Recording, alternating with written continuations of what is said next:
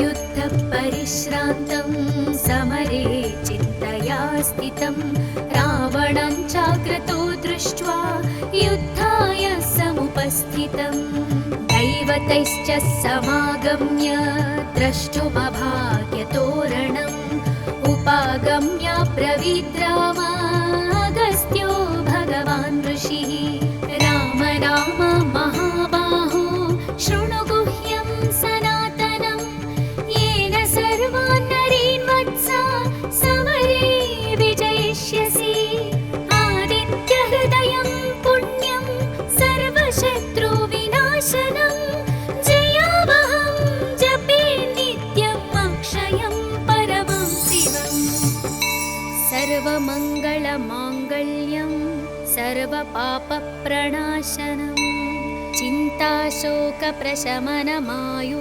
चिन्ताशोकप्रशमनमायुर्वर्धनमुत्तमम् रश्मिमन्तं समुद्यन्तं देवासुरनमस्कृतं पूजयस्व विवस्वन्तं भास्करं भुवनेश्वरं सर्वदेवात्मको ह्येष तेजस्वी रश्मिभावनः एष देवासुरगणान् लोकान् पाति गभस्तिभिः एष ब्रह्मा च विष्णुश्च शिवस्कन्द प्रजापतिः महीन्द्रो धनदत्कालो यमः सोमो ह्यपाम्पतिः पितरो वसवः साध्या ह्यश्विनौ मरुतो मनुः वायुर्वह्निः प्रजाप्राण ऋतुकर्ता प्रभाकरः आदित्यः सविता सूर्यः खगपूषा गभस्तिमान् सुवर्णसदृशो भानुर्हिरण्यरेता दिवाकरः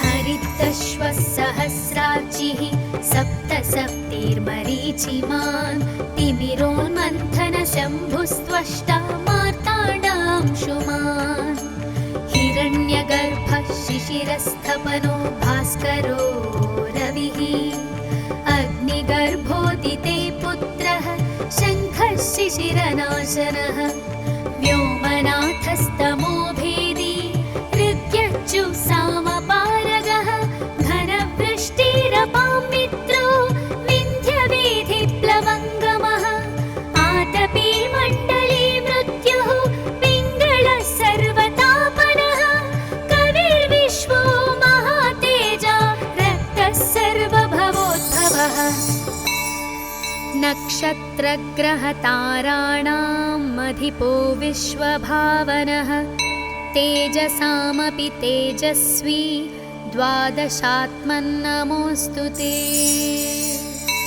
नमः पूर्वाय गिरये पश्चिमायात्रये नमः ज्योतिर्गणानां पतये दीनाधिपतये नमः जयाय जयभद्राय हर्यश्वाय नमो नमः नमो नमः सहस्रांशो आदित्याय नमो नमः नमः उग्राय वीराय सारंगाय नमो नमः नमः पद्मप्रबोधाय मार्ताण्डाय नमो नमः ब्रह्मेशानाच्युतेशाय सूर्यादित्यवर्चसे भास्वते सर्वभक्षाय रौद्राय वपुषे नमः तमोघ्नाय हिमघ्नाय शत्रुघ्नायामितात्मने कृतघ्नघ्नाय देवाय ज्योतिषां पतये नमः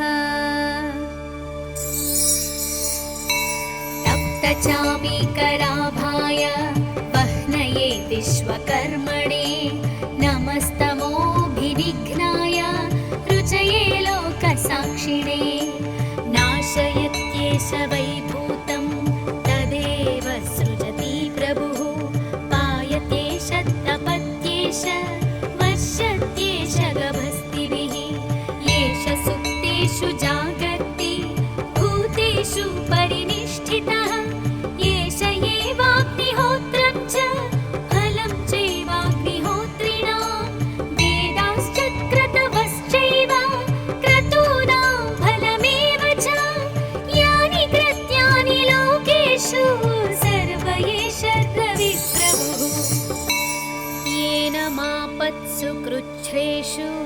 कान्तारेषु भयेषु च कीर्तियन् पुरुषः कश्चिन्नावसीदति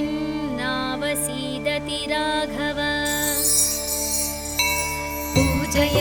पूजयस्वैनमेकाग्रो देवदेवं जगत्पतिं एतत्त्रिगुणितं जप्त्वा युद्धेषु विजयिष्यसि अस्मिन् क्षणे महाबाहो रावणं त्वं वधिष्यसि एवमुक्त्वा तदागस्त्यो जगाम च यथागतम् एतत् श्रुत्वा महातेजा नष्टशोको भवत्तदा धारयामास सुप्रीतो राघव प्रयतात्मवान् आदित्यं प्रेक्ष्य त्यक्त्वा तु परं हर्षमवाप्तवान् त्रिराचम्य शुचिर्भूत्वा धनुरादाय वीर्यवान् रावणं प्रेक्ष्य हृष्टात्मा युद्धाय समुपागमत् सर्वयत्नेन महता वधे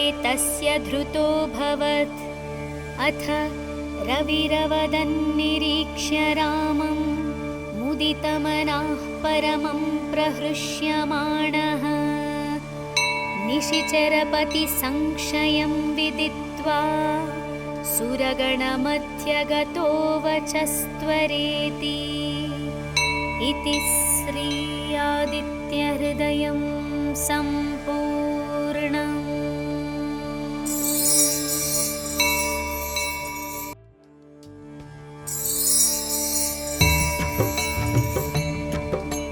ततो युद्धपरिश्रान्तं समरे चिन्तया स्थितं रावणं चाग्रतो दृष्ट्वा युद्धाय समुपस्थितम् दैवतैश्च समागम्य द्रष्टुमभाग्यतोरणम् उपागम्य ब्रवीद्रामागस्त्यो भगवान् ऋषिः राम राम महाबाहो शृणु गुह्यं सनातनं येन सर्वान् नरीन् वत्सा समरे विजयिष्यसि आदित्यहृदयं पुण्यं सर्वशत्रुविनाशनं जयावहं जपे नित्यम् अक्षयं परमं शिवम् सर्वमङ्गलमाङ्गल्यं सर्वपापप्रणाशनं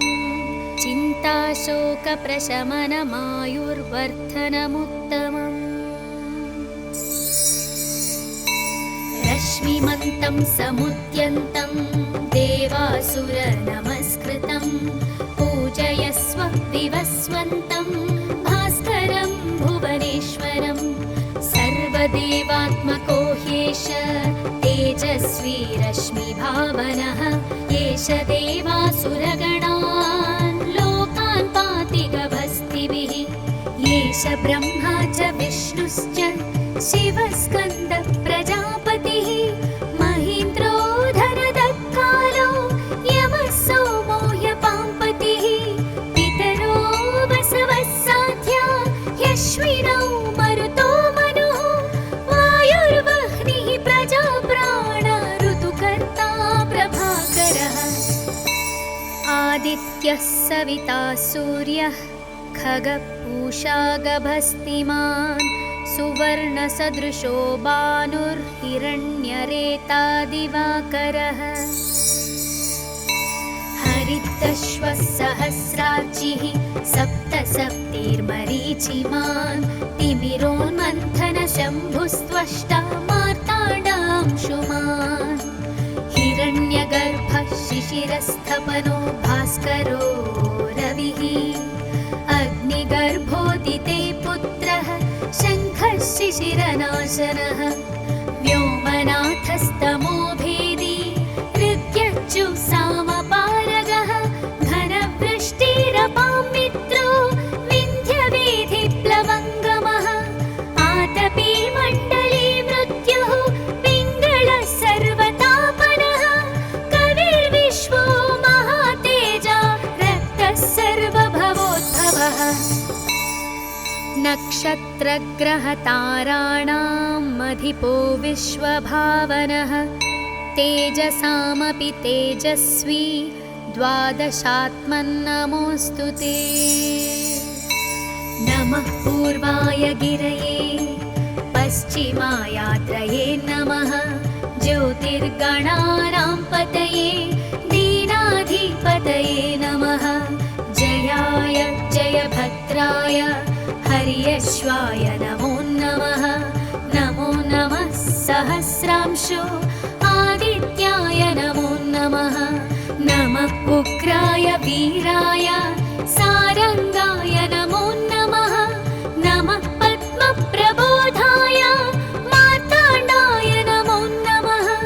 ब्रह्मेशानाच्युतेशाय सूर्यादित्यवर्चसे भास्वते सर्वभक्षाय रौद्राय वपुषे नमः। तमोघ्नाय हिमघ्नाय शत्रुघ्नायामितात्मने कृतघ्नघ्नाय देवाय ज्योतिषां पतये नमः।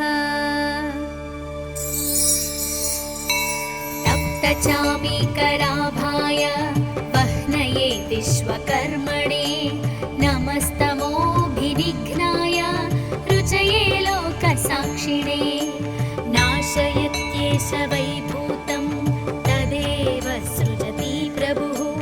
पायत्येष तपत्येष वश्यत्येष गभस्तिभिः।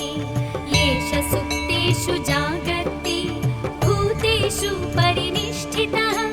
येष एवाग्निहोत्रं च फलं चैवाग्निहोत्रिणां। वेदाश्च क्रतवश्चैव क्रतूनां फलमेव च। यानि कृत्यानि लोकेषु सर्व एष रविप्रभुः। येन मापत्सु कृच्छ्रेषु कान्तारेषु भयेषु च कीर्तयन् पुरुषः कश्चिन्नावसीदति राघव। पूजयस्वैनमेकाग्रो देवदेवं जगत्पतिं। एतत्त्रिगुणितं जप्त्वा युद्धेषु विजयिष्यसि। अस्मिन् क्षणे महाबाहो रावणं त्वं वधिष्यसि। एवमुक्त्वा तदागस्त्यो जगाम च यथागतम्। एतत् श्रुत्वा महातेजा नष्टशोको भवत्तदा। धारयामास सुप्रीतो राघव प्रयतात्मवान्। आदित्यं प्रेक्ष्य त्यक्त्वा तु परं हर्षमवाप्तवान्। त्रिराचम्य शुचिर्भूत्वा धनुरादाय वीर्यवान्। रावणं प्रेक्ष्य हृष्टात्मा युद्धाय समुपागमत्। सर्वयत्नेन महता वधे तस्य धृतोऽभवत्। अथ रविरवदन्निरीक्ष्य रामं मुदितमनाः परमं प्रहृष्यमाणः। निशिचरपतिसंशयं विदित्वा सुरगणमध्यगतो वचस्त्वरेति। इति श्री आदित्यहृदयं सम्पूर्णम्।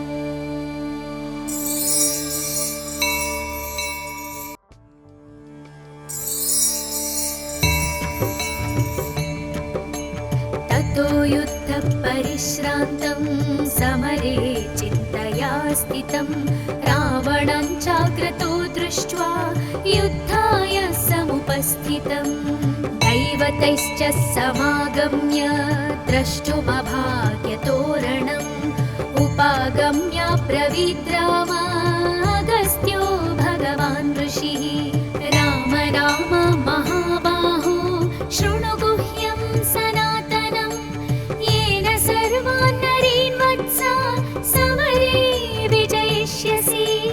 आदित्यहृदयं पुण्यं सर्वशत्रुविनाशनं। जयावहं जपे नित्यम् अक्षयं परमं शिवम्। सर्वमङ्गलमाङ्गल्यं सर्वपापप्रणाशनं। चिन्ताशोकप्रशमनमायुर्वर्धनमुत्तमम्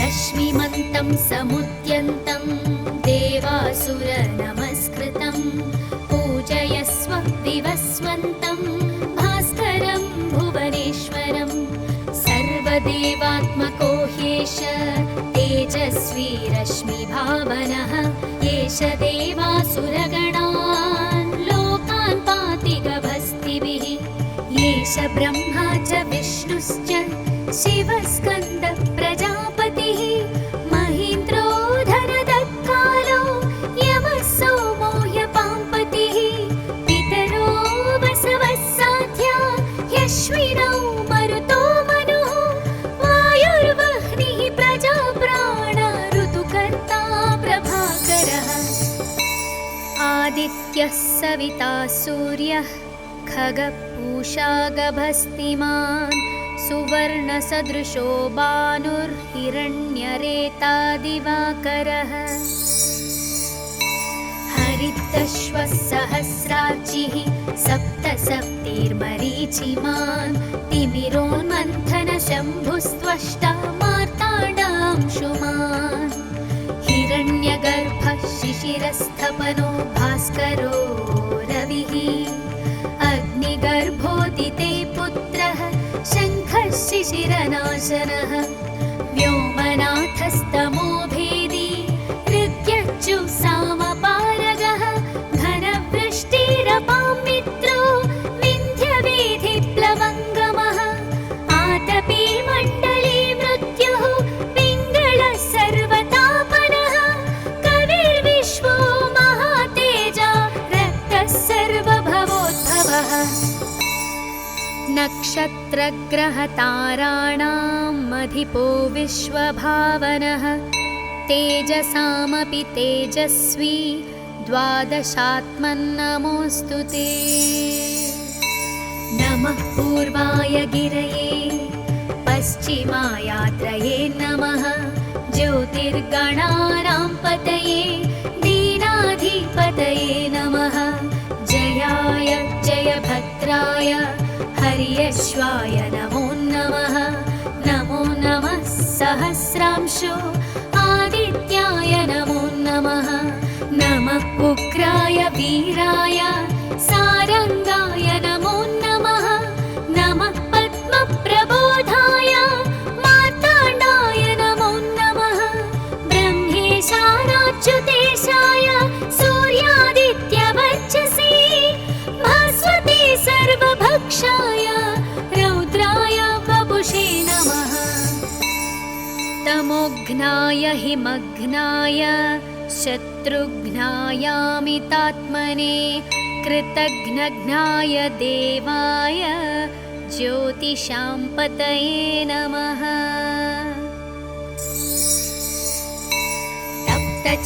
तप्तचामीकराभाय वह्नये विश्वकर्मणे नमस्तमोभिनिघ्नाय रुचये लोकसाक्षिणे नाशयत्येष वैभूतं तदेव सृजति प्रभुः पायत्येष तपत्येष वर्षत्येष गभस्तिभिः येष सुप्तेषु जागर्ति भूतेषु परिनिष्ठितः येष एवाग्निहोत्रं च फलं चैवाग्निहोत्रिणां वेदाश्च क्रतवश्चैव क्रतूनां फलमेव च यानि कृत्यानि लोकेषु सर्व एष रविप्रभुः येन मापत्सु कृच्छ्रेषु कान्तारेषु भयेषु च कीर्तयन् पुरुषः कश्चिन्नावसीदति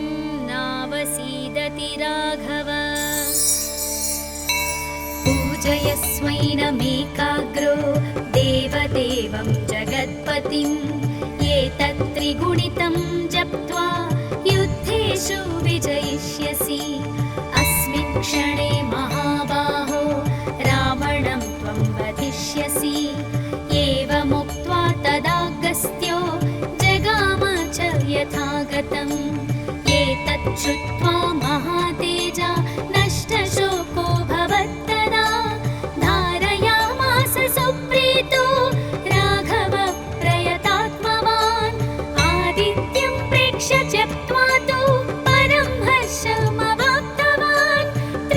पाचम्यः शुचिर्भूत्वा धनुरादाय वीर्यवान्। रावणं प्रेक्ष्य हृष्टात्मा युद्धाय समुपागमत्। सर्वयत्नेन महता वधे तस्य धृतोऽभवत्। अथ रविरवदन्निरीक्ष्य रामं मुदितमनाः परमं प्रहृष्यमाणः। निशिचरपतिसंशयं विदित्वा सुरगणमध्यगतो वचस्त्वरेति। इति श्री आदित्यहृदयं सम्पूर्णम्।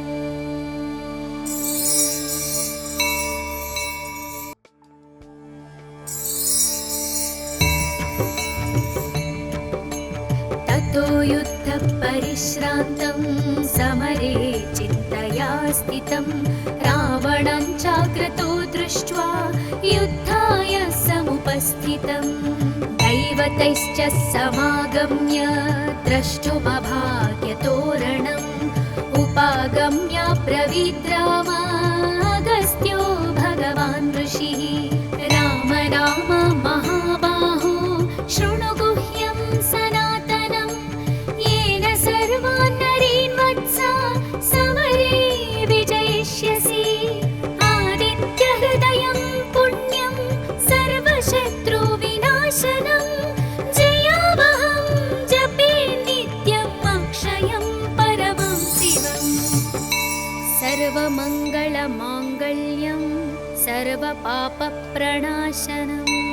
चिन्ताशोकप्रशमनमायुर्वर्धनमुत्तमम्। रश्मिमन्तं समुद्यन्तं देवासुरनमस्कृतं। पूजयस्व विवस्वन्तं भास्करं भुवनेश्वरं। सर्वदेवात्मको ह्येष तेजस्वी रश्मिभावनः। एष देवासुरगणान् लोकान् पाति गभस्तिभिः। एष ब्रह्मा च विष्णुश्च शिवस्कन्दः प्रजापतिः। महीन्द्रो धनदत्कालो यमः सोमो ह्यपाम्पतिः। पितरो वसवः साध्या ह्यश्विनौ मरुतो मनुः। वायुर्वह्निः प्रजाप्राण ऋतुकर्ता प्रभाकरः। आदित्यः सविता सूर्यः खगपूषा गभस्तिमान्। सुवर्णसदृशो भानुर्हिरण्यरेता दिवाकरः। हरितश्वः सहस्रार्चिः सप्तसप्तिर्मरीचिमान्। तिमिरोन्मन्थनशम्भुस्त्वष्टा मार्ताण्डांशुमान्। हिरण्यगर्भः शिशिरस्थपनो भास्करो रविः। अग्निगर्भोदिते पुत्रः शङ्खः शिशिरनाशनः। व्योमनाथस्तमो भेदी ऋग्यच्युसामपारगः। घनवृष्टिरपां मित्रो विन्ध्यवेधिप्लवङ्गमः। आतपी मण्डली मृत्युः पिङ्गळः सर्वतापनः।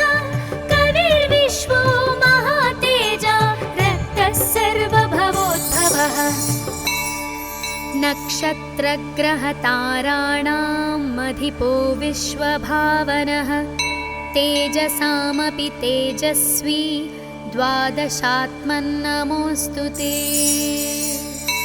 नमः पूर्वाय गिरये पश्चिमायात्रये नमः।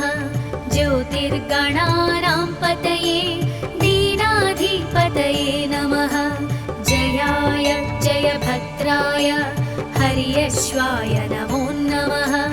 नमो नमः सहस्रांशो आदित्याय नमो नमः। नमः उग्राय वीराय सारङ्गाय नमो नमः। नमः पद्मप्रबोधाय मार्ताण्डाय नमो नमः। ब्रह्मेशानाच्युतेशाय सूर्यादित्यवर्चसे भास्वते सर्वभक्षाय रौद्राय वपुषे नमः। तमोघ्नाय हिमघ्नाय शत्रुघ्नायामितात्मने कृतघ्नघ्नाय देवाय ज्योतिषां पतये नमः। तप्तचामीकराभाय वह्नये विश्वकर्मणे नमस्तमोभिनिघ्नाय रुचये लोकसाक्षिणे नाशयत्येष वैभूतं तदेव सृजति प्रभुः पायत्येष तपत्येष वर्षत्येष गभस्तिभिः येष सुप्तेषु जागर्ति भूतेषु परिनिष्ठितः येष एवाग्निहोत्रं च फलं चैवाग्निहोत्रिणां वेदाश्च क्रतवश्चैव क्रतूनां फलमेव च यानि कृत्यानि लोकेषु सर्व एष रविप्रभुः। येन मापत्सु कृच्छ्रेषु कान्तारेषु भयेषु च कीर्तयन् पुरुषः कश्चिन्नावसीदति राघव। पूजयस्वैनमेकाग्रो देवदेवं जगत्पतिं एतत्त्रिगुणितं जप्त्वा युद्धेषु विजयिष्यसि अस्मिन् क्षणे महाबाहो रावणं त्वं वधिष्यसि।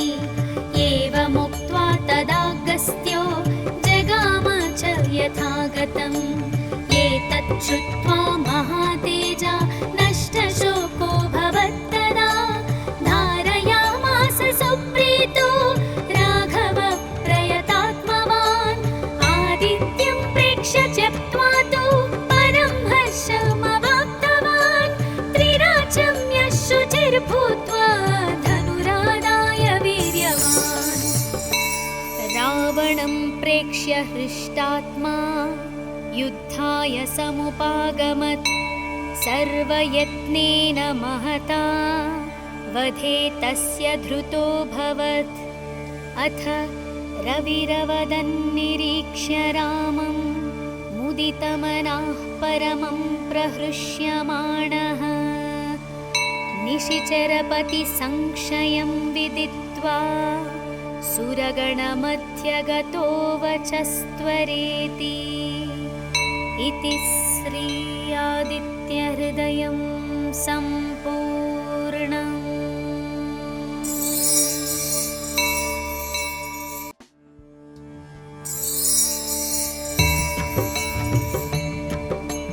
ततो युद्धपरिश्रान्तं समरे चिन्तया स्थितं रावणं चाग्रतो दृष्ट्वा युद्धाय समुपस्थितम् दैवतैश्च समागम्य द्रष्टुमभाग्यतोरणम् उपागम्य ब्रवीद्रामागस्त्यो भगवान् ऋषिः राम राम महाबाहो शृणु गुह्यं सनातनं येन सर्वान् नरीन् वत्सा समरे विजयिष्यसि आदित्यहृदयं पुण्यं सर्वशत्रुविनाशनं जयावहं जपे नित्यम् अक्षयं परमं शिवम् सर्वमङ्गलमाङ्गल्यं सर्वपापप्रणाशनं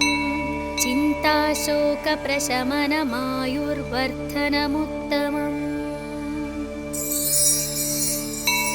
रश्मिमन्तं समुद्यन्तं देवासुरनमस्कृतं पूजयस्व विवस्वन्तं भास्करं भुवनेश्वरं सर्वदेवात्मको ह्येष तेजस्वी रश्मिभावनः एष देवासुरगणान् लोकान् पाति गभस्तिभिः एष ब्रह्मा च विष्णुश्च शिवस्कन्द प्रजापतिः महीन्द्रो धनदत्कालो यमः सोमो ह्यपाम्पतिः पितरो वसवः साध्या ह्यश्विनौ मरुतो मनुः वायुर्वह्निः प्रजाप्राण ऋतुकर्ता प्रभाकरः आदित्य आदित्यः सविता सूर्यः खगपूषा गभस्तिमान् सुवर्णसदृशो भानुर्हिरण्यरेता दिवाकरः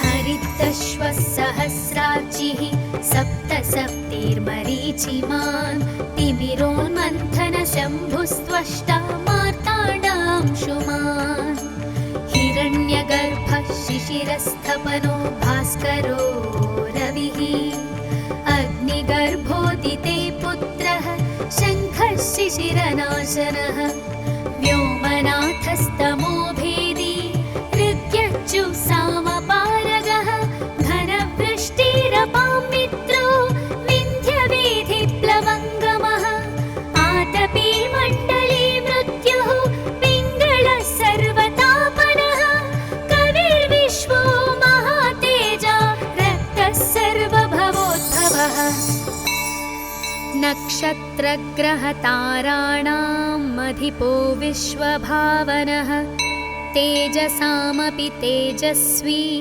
द्वादशात्मन्नमोऽस्तु ते नमः पूर्वाय गिरये पश्चिमायात्रये नमः ज्योतिर्गणानां पतये दीनाधिपतये नमः जयाय जयभद्राय हर्यश्वाय नमो नमः नमो नमः सहस्रांशो आदित्याय नमो नमः नमः उग्राय वीराय सारंगाय नमो नमः नमः पद्मप्रबोधाय मार्ताण्डाय नमो नमः ब्रह्मेशानाच्युतेशाय सूर्यादित्यवर्चसे भास्वते सर्वभक्षाय रौद्राय वपुषे नमः तमोघ्नाय हिमघ्नाय शत्रुघ्नायामितात्मने कृतघ्नघ्नाय देवाय ज्योतिषां पतये नमः